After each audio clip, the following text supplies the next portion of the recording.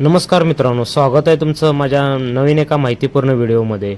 बंदिस्त शेळीपालन हे सर्वस्व अवलंबून असतं ते म्हणजे चाऱ्यावर. जर आपण चाऱ्याचं नियोजन व्यवस्थित नाही केलं तर आपला गोट फार्म बंद होऊ शकतो.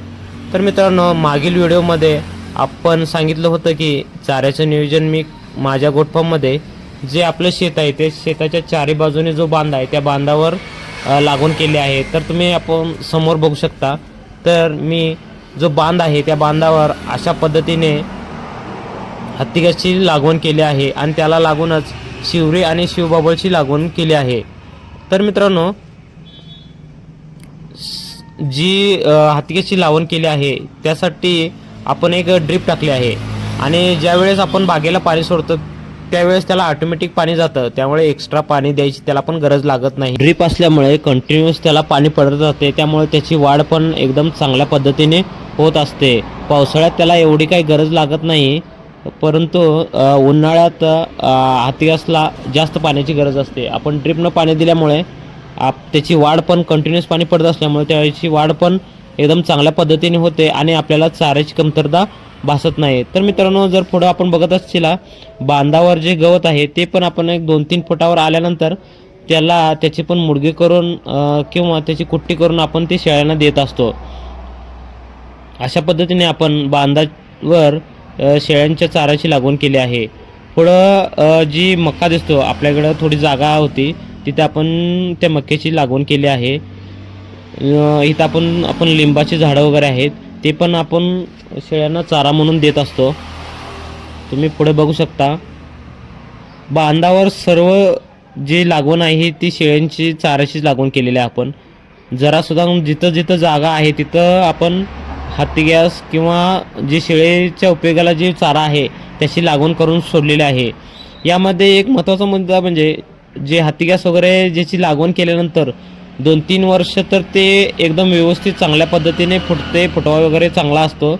मधून म्हणजे एकदा कट करून झाल्यानंतर त्यांना विऱ्याचा एकदा डोस दिला की त्याची वाढ पण चांगल्या पद्धतीने होते.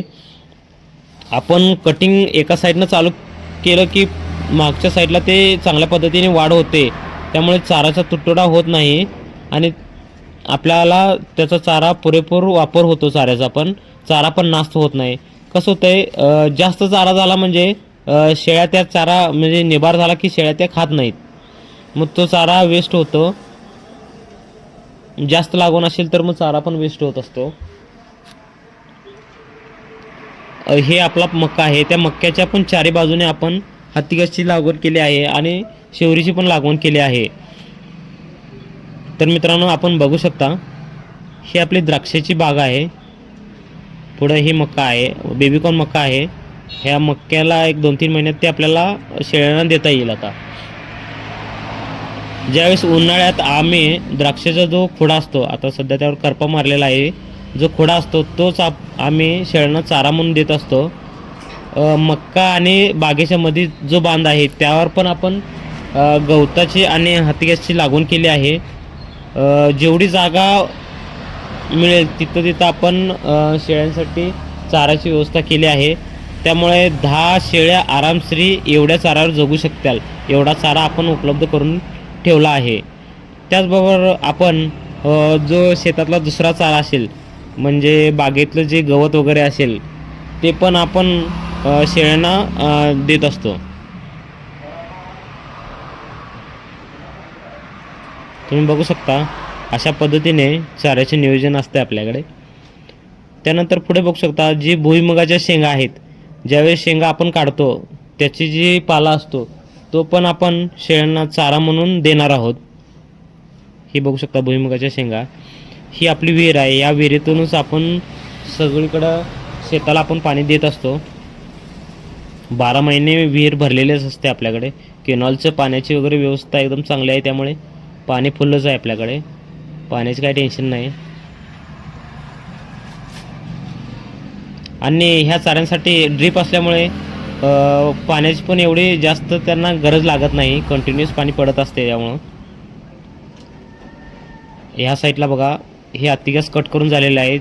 आता पावसाळ्यात फुटवा बघा एकदम जोरात असतो, उन्हाळ्यात थोडा कमी असतो. एवढी वाढ झाली की आपण ते आता तुम्ही समोर बघू शकता, एवढी वाढ झाली की नाही ते आपण कट करून शेळ्यांना देत असतो. त्यामुळे शेळ्या जास्त नाश करत नाहीत तो चारा आणि आपला चारा पण नाश होत नाही जास्त करून. अशा पद्धतीने मी माझ्या गोट्यावर चाऱ्याचं नियोजन केले आहे. सो मित्रांनो, धन्यवाद.